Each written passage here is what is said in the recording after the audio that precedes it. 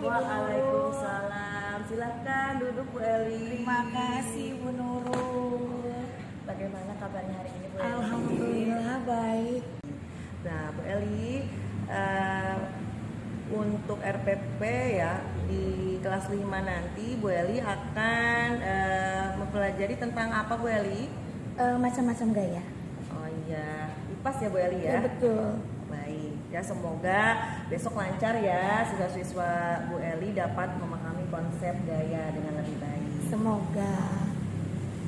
Baik, kalau begitu mari kita mulai ya Bu Eli ya. Bisakah Bu Eli menjelaskan secara singkat apa tujuan utama yang ingin Bu Eli capai pada pertemuan besok dengan anak-anak? Setelah mengamati demonstrasi dan melakukan percobaan, siswa dapat mengidentifikasi Bu macam-macam gaya, misalnya nih ada gaya otot, gaya gesek, gaya gravitasi, kemudian gaya magnet dan gaya listrik, serta memberikan contoh dalam kehidupan sehari-hari dengan tepat.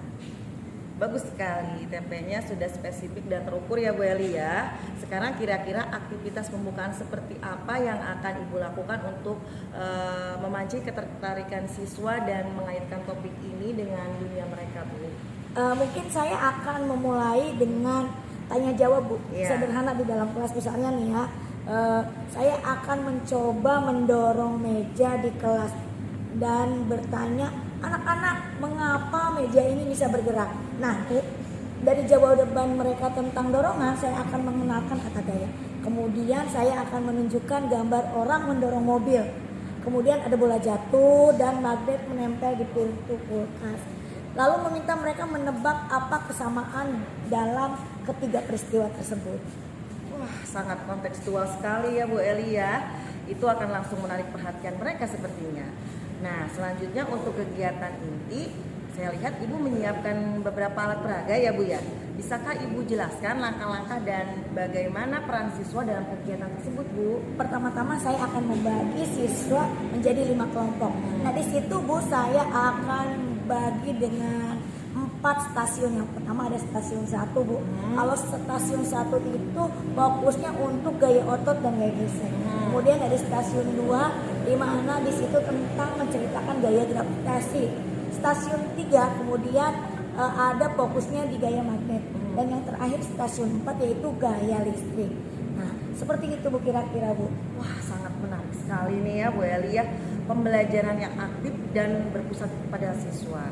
Nah, saya suka sekali dengan ide stasiun gaya nih ya. Kira-kira di mana letak tantangan dan kesulitan yang mungkin dihadapi siswa selama kegiatan ini Bu? Nah tantangannya mungkin ya Bu, ketika saya akan mencoba di kelompok yang tentang gaya gesek Bu. Karena di situ mereka, saya merasa ya Bu, akan sedikit kesulitan mengartikulasikan perasaan antara halus dan kasar. Kemudian ini akan menjadi satu konsep Bu. Konsepnya yaitu konsep gesekan, di mana untuk gaya listrik statis percobaannya sangat bergantung pada kelembaban udara. Jadi jika hari lembab mungkin kurang berhasil. Betul ya, pemikiran yang sangat luar biasa Bu Eli. Lalu bagaimana Ibu memastikan semua siswa dapat terlibat? Tidak hanya yang aktif, dan bagaimana Ibu menangani jika ada kelompok yang mengalami kesulitan seperti yang Ibu sebutkan tadi? Nah, saya akan berkeliling dari stasiun 1 ke stasiun yang lain ya Bu. Iya. Stasiun 1, stasiun 2, 3 dan 4. Iya. Nah, di situ saya akan memantau Bu. Dan kemudian saya akan memandu mereka. Saya akan memberikan pertanyaan pemandu seperti apa yang kamu rasakan, misalnya seperti itu ya Bu.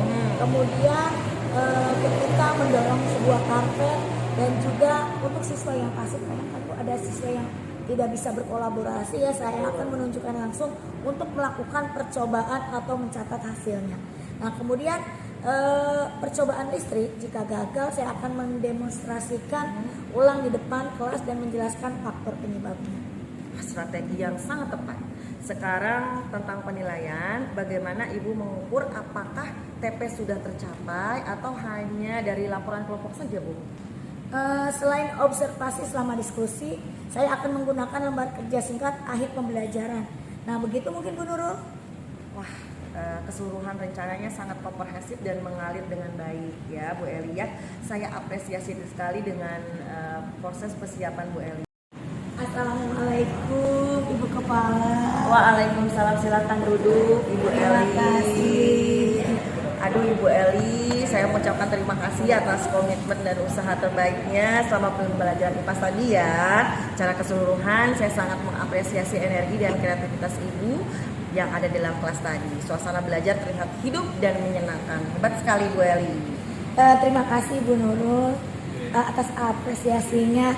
Saya sendiri merasa cukup antusias Bu melihat respon positif dari anak-anak saya. Bagus sekali. Bu Eli, mari kita sekarang merefleksikan bersama pembelajaran tadi. Seperti biasa kita mulai dengan kekuatan yang Ibu tunjukkan, kemudian berdiskusi tentang area atau pengembangan. Bagaimana perasaan Ibu tentang jalannya pembelajaran secara keseluruhan Bu?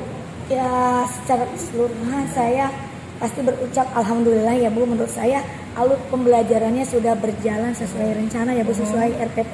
Kemudian juga siswa terlibat nih Bu secara antusias juga dengan kegiatan di pos-pos eksplorasi. Namun saya agak khawatir dengan manajemen waktu Bu. Iya. Kadang kita tidak tepat ya Bu ya.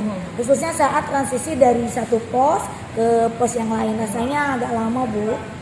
Iya ya, saya memahami kekhawatiran Ibu. Mari kita bahas lebih dalam lagi. Mari kita mulai dengan kekuatan utama yang akan saya amati. Ya Bu Eli ya. Nah, beberapa hal yang sangat kuat dan patut dipertahankan adalah penerapan kontekstual learning-nya sangat baik nih Bu Eli ya. Nah, koneksi materi dengan kehidupan sehari-hari siswa sangat jelas. Kemudian pernyataan pematiknya juga sangat tepat ya Bu Eli ya. Nah, kemudian kualitas pertanyaannya juga sangat baik ya. Ada peningkatan yang signifikan untuk Bu Eli. Pertanyaan-pertanyaannya juga bagus ya. Dan yang ketiga ada atmosfer learning community-nya nih Bu Eli ya. Dan keempat, asesmen formatif berjalan dengan baik. Saya melihat, mengamati, mendengarkan dan mencatat hal-hal yang penting. Bu Eli sudah sangat bagus sekali. Umpan baliknya juga Bu Eli berikan di sela-sela kegiatan sangat tepat dan tepat sasaran dan membangun. Ya. Terima kasih Bu Nurul. Senang sekali mendengar semua hal itu ya Bu. Iya. Pastinya keren-keren ya menurut saya Bu. Iya. Maaf. Nah, terutama tentang pertanyaan pemandu karena itu adalah fokus latihan saya Bu. Iya. Sekarang mari kita bahas beberapa hal yang bisa kita tingkatkan bersama sebagai bentuk pengembangan kompetensi kita ya Bu ya. Seperti yang Ibu singgung tadi, manajemen waktu transisi adalah satu poin. Bisakah Ibu ceritakan kendala yang Ibu rasakan tadi? Nah, seperti yang saya bilang tadi ya Bu, Ya. ada kendala di manajemen waktu. Ya. Seperti yang Ibu lihat waktu observasi saya di kelas, anak-anak itu terlalu lama Bu. Jadi pindah dari pos 1, stasiun 1 ke stasiun 2, 3 dan 4. Itu Bu yang menjadi kendala saya. Mungkin di manajemen waktu yang kurang tepat. Iya. Pemahaman yang baik ya Bu Elia, itu adalah hal yang wajar dalam pembelajaran yang berpusat. Sebuah saran yang bisa dicoba, gunakan isyarat visual atau auditori itu ya, yang konsisten. Misalnya satu tepuk tangan dari Ibu sebagai tanda waktu 1 menit ya, dan selanjutnya. Jadi bisa lebih dieksplor oleh Bu Elia. Insya Allah Bu, kekurangan saya akan saya perbaiki dan baik Bu, itu memang ide yang sederhana ya Bu, tapi sepertinya sama efektif. Untuk pembelajaran berikutnya akan saya gunakan metode yang Ibu berikan kepada saya. Baik, selanjutnya tentang diferensiasi ini ya Bu Elia. Saya perhatikan untuk siswa yang sangat cepat menyelesaikan tugasnya di satu pos atau stasiun, mereka kadang menunggu dengan pasif. Bagaimana nih menurut pendapat Ibu? Ya Bu, memang saya menyadari itu ya Bu, menyadari kekurangan saya. Saya sempat bingung nih Bu, harus memberikan aktivitas apa lagi kepada mereka Bu. Nah, untuk mengakomodasi mereka, Ibu bisa menyiapkan kartu tantangan Bu Eli di setiap pos atau stasiun. Misalnya di pos magnet, tantangannya berupa dapatkah mereka menarik benda air, atau coba jelaskan. Ini akan membuat mereka tetap terlibat secara produktif Bu Eli. Ya Allah, Ibu keren banget idenya. Terima kasih ya Bu, itu akan saya pergunakan untuk pembelajaran berikutnya. Nah, mungkin saya akan lebih mempersiapkan itu supaya manajemen waktu lebih terarah. Baik ya. Terakhir nih Bu Elia tentang refleksi ya. Ini adalah ide yang bagus, namun waktu terasa sedikit terburu-buru Bu Eli. Mungkin untuk kedepannya ya menggunakan metode AHA moment ini kita bisa alokasikan waktu 5 menit saja agar siswa lebih cukup dan menuliskan pemahaman mereka. Ya Bu, saya sangat setuju sekali. Mungkin penghitungan waktu Bu, secara keseluruhan Ya. akan saya evaluasi lagi dengan memberikan porsi lebih untuk transisi dan refleksi. Wah, bagus sekali ya Bu Eli ya. Dari diskusi kita, mari kita simpulkan nih Bu Eli ya, rencana tindak lanjut untuk pengembangan Bu Eli ke depannya. Ya, jadi bisa yang bersatu misalkan dengan cara menerapkan usaha transisi ya, menggunakan tepuk tangan atau bel kecil. Yang kedua, mengembangkan kartu tantangan Bu, yang soal-soalnya nanti lebih hot lagi. Dan yang ketiga, mengoptimalkan waktu refleksi tadi, manajemen waktu ya Bu Eli ya. Apakah Ibu setuju dengan rencana Ibu? Apa ada tambahan atau masukan? Saya sangat setuju Bu. Nah, ketiga poin yang Ibu berikan tadi kepada saya itu sangat konkret dan bisa langsung saya terapkan. Terima kasih atas masukannya ya Bu, itu sangat berharga sekali untuk perbaikan saya.